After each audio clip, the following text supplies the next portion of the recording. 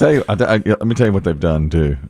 There's a meeting we have every Tuesday. We've discussed it before on air, and it's a meeting about the events we do when we plan them and look back and recap them and so forth. And I'm known in there as Two Hump Grump because everything that we either try to do or have done, I say, no, this is terrible. The bottom line is for you is that change is bad. It's bad. And it's also, and I think you don't want to say the quiet part out loud, it's another step toward your inevitable death. That's correct. And demise and death, being forced out the door. All of this, all true, no doubt about it. And so as soon as I walk in the room, there's 20 people around the table, and they all look at me like, oh, God. Conversation stops. Yeah. Here comes the grouch. All the smiles disappear. Yeah. And then when I walk out, you can hear them, and they start laughing. And I was like, wait a minute. And I close the door, and then it's like, whew, they got rid of him today. Well, he was in rare form today, wasn't he? Okay, so here's what they've done. And I don't think this goes unnoticed. We just had a major event locally, a beer festival. I have a lot of problems with all hands on deck. That's right. All hands on deck. I got a mouthful to say on this thing now, let me tell you. So yesterday, all during the program, you were like, I'm going to give them a piece of my mind at the Tuesday meeting. You wait and see what's about to happen. It's going to be on. I kept saying, oh, yeah, you wait. I'm going to blister the ears. Yeah. Everybody else is celebrating. I've got a few things to say.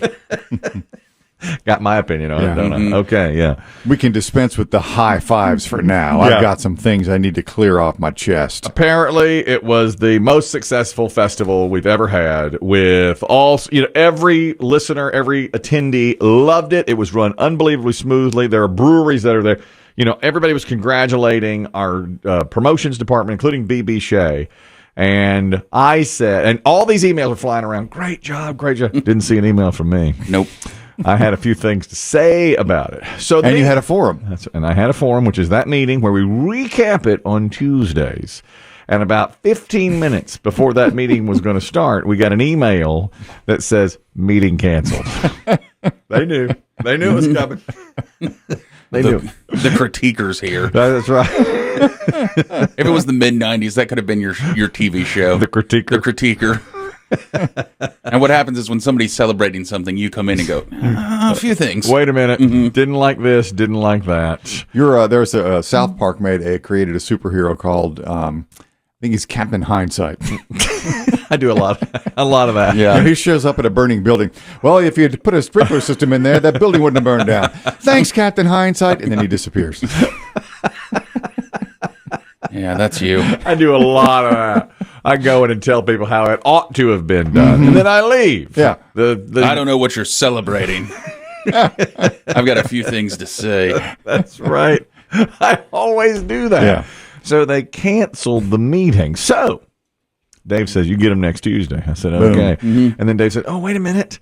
We have an obligation. I can't make the meeting next Tuesday. And I thought, oh, boy. Look what's going on now. They did that intentionally, and now they'll meet without me, and they'll all be like, woo, and they'll high five and everything. I'm frankly surprised that they just haven't completely uninvited you from the meeting. Cut me out of the meeting? Yeah. Or they'll just say it's canceled every week, but you're just off the email list. Do you think? Yeah. They may just end up, they'll start by just sending you the minutes. Oh, we met without you. Yeah. And then it'll just quietly go away, and I won't be part of it anymore. Maybe they may have met yesterday secretly, privately. I think they might have. They might have had a small celebration. That would be very difficult. And maybe that's around you. That's possible. They canceled the meeting for an actual, like a pizza party. Yeah. Well, I noticed the others that are normally in the meeting weren't here.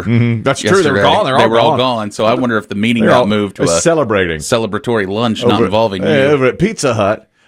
Celebrating. Yeah, everybody gets a personal pan. And here I am up there with a salad, a chicken salad, and a potato and a salad. list of grievances. And a list of grievances just sitting at the table Excuse waiting. me. And nobody gave them. They don't care what I think. I have some things I'd like to say. I'm raging against the machine. I'm Captain Hindsight is exactly what I am. I'd like to go back in later and tell you what was wrong.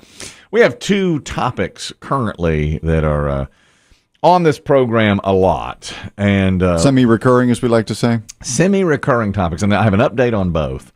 One is a P1 listener sent me $100 probably a month ago now and said, pay it forward. Just give it to somebody at a gas station or somebody you think is less fortunate. and just pay it forward. I trust you to do this. He challenged you. Challenged me to do it, and it's been so unbelievably difficult. I just don't know who or how or what to give it to. And then last night, here's the update on it. I have a friend, New Hampshire Tim, who he listens to this program all the time, and we've become friends. He got me into the gym where he works out. It's changed my life. And I haven't seen him in a long time, and he wants to have lunch on Friday. And so we're having lunch on Friday. He's the one that said, here's our topic. Best Boston sports that's athlete. right. Best Boston-based athletes. That's right. So we have that. Are you going to come up with a topic of your own to throw out? No, he sets the agenda. He sets the topic. Okay. So at this particular lunch, not to interrupt your flow on the 100, I want to get back to that. Yes. At this lunch, is improvisation allowed? No. You can't talk about the heat wave? No. He's told me we're starting with Boston sports figures. That'll take up at least a half hour. Yeah. And then after that, we'll be transitioning to another sports topic, upcoming NFL season. Okay. And what will be happening there. And it's time to get the check. Exactly. And we're going to a place that doesn't take that long. So, it'll be a 45-minute lunch, I would say. Anyway, back to the 100. He's a very giving person, New Hampshire Tim is. I think he says, I've made some mistakes in my life. Now I'm trying to really do right. So yesterday he texted me, he said, I cannot wait to see you on Friday, bro. And then he says, let me get this text exactly right. I'm going to look at it. He says, I cannot wait to see you on Friday, bro. And then he says, I've emailed you. All I'm doing with the rest of my life is trying to change people's lives for the better. And I thought, I'm the same way. That's all we do is try to change. Just to see it on paper like that is kind of jarring, isn't it? Wow. He says, that's me. That's my life. Right. He says, I'm dedicating myself to change people's lives for the better. And he sent me a news story that says our local, it's called the Urban Ministry, food pantry is almost out of food. I mean, and I think that happens a lot in the heat of summer, Yeah. And he says, the food pantry here, the Urban Ministry, is almost out of food. They have enough for 2 weeks left. He said, if you could just give it a platform, you could just mention it on the air. I'm not asking for any money. I'm not asking for anything like that. I'm just asking for you to mention it. And I thought, light bulb moment. I said to Chris Demm, I should just give that $100 to the Urban Ministry. That'll provide meals for at least a few people. Perfect. So I'll just do that. Win-win. So then I said to Chris Demm, gosh, I don't even know where it is or how to get there or anything. So I look it up in my phone, and it says, it's 2 minutes from you by foot. If you look out that window, Yeah. you can see the door. That's how Yes. shallow I am. Yeah, it's right there. I've given stuff before. It is right here. I thought it was a fish market. I thought there was a fish market there. No, it's the place you zoom past. When did the fish market go out of business? Decades ago. There used to be a fish market. Yeah, with the there. mermaid on the side. Yes, there was a fish. Now it's the Urban Ministry. And I said, something's wrong with my phone. It won't let me drive there. No, you can't drive there. I have to walk there. You could Kylie Kardashian it, That's or what's right. her name? Kylie Jenner. Kylie Jenner. And take your private jets. Exactly what I thought. Kylie Jenner, if you missed this yesterday, she took a 3-minute flight on her private jet out to Van Nuys. From Camarillo. Smart. She's getting some backlash. Biggie was at her quarter. I am. I've never been more of a Kylie fan. She just jumped up the Jenner Kardashian rating. Well, I'll tell you, I did see a LA resident say, look, I know you want to hate her for this, but if you live here, you understand, because it's a 50-minute drive. Right. On a decent day, it's a 2-hour drive with traffic. Right. On a bad day, it's a 4-hour drive. It's a 3. It's sort of like the people in New York who helicopter out to the Hamptons. Yes. Or fly. Exactly. But they said if you had the means to do it and you understood how things were out there, you would do it. But I don't think anybody'd look askance at a chopper. It's the private jet. Yeah. For whatever reason, and I may be wrong, I feel like that does more harm to the environment, a private jet, than a helicopter.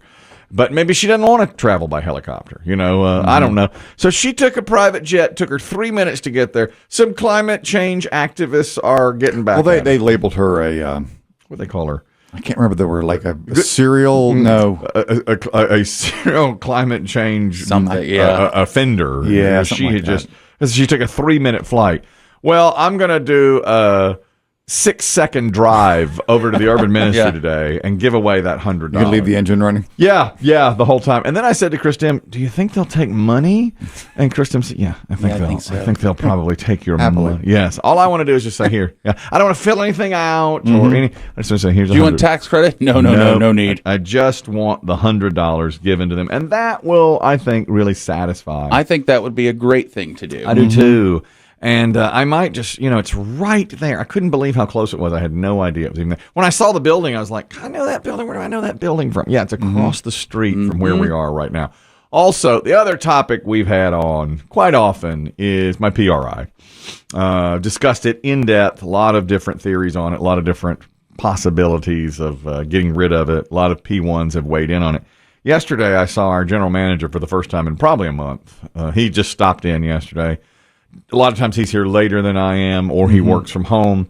But yesterday he stopped in. I was in the office. And first it was just like pleasantries and how you doing and Yeah, how's biz? that kind of thing. And he walked on and he was leaving. And then this is something he usually doesn't do. He stopped. He goes, "Oh, one more thing." And he came back and he said, I just want to know. He's like, "Listen to you all the time. I'm a P1. He's our boss." And I said, "Yeah." And he said, "Have you got some sort of research or have you done some sort of study that says people are interested in your butthole?"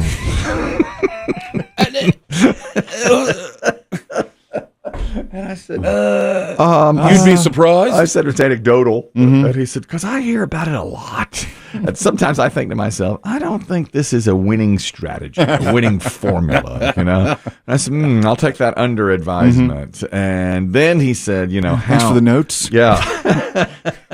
That's what in the acting world, they say, let me give you a note. These are good notes. These are good notes, so I have them now. And they're okay, fair enough. I'll try to keep it to myself. Okay. I'll just say this. I've had a Day 2 of the new treatment. I've had a backslide. Last night, damn it. not as good, did not work nearly as well. And I had to resort to getting after it in the bed again last night. And I say getting And after that's not a metaphor. it. It was not a metaphor. I could not stand the itch even 1 second longer. I hate that. I never understand how something can work for a day or two for you. Yeah. And then it's just done. Done. The treatment is Selsun Blue in the shower, and then a Tough Actin Tinactin Athlete's Foot powder after that.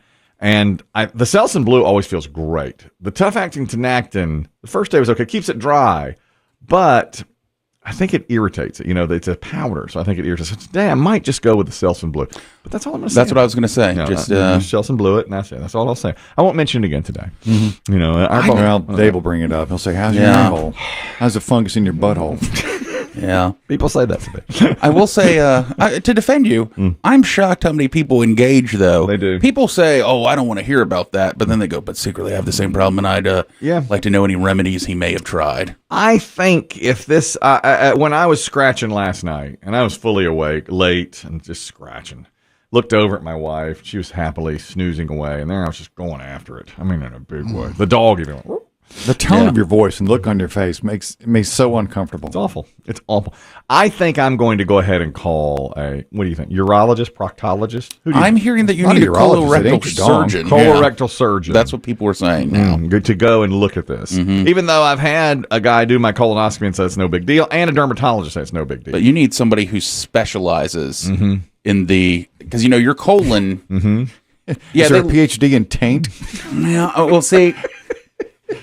I got my PhD too. I mean, I know you've had the colonoscopy, and they look in your colon. Yeah. But you need somebody who, look, you need somebody to stare at your butt. No, big time. But my dermatologist did, and he said, "Oh, no big deal. I'll give you a little steroid cream." But he may just be he may not see because he's looking it all over the body. But a colorectal surgeon will say, "I see this a lot. We're going to have to shave some of that off." He may be right.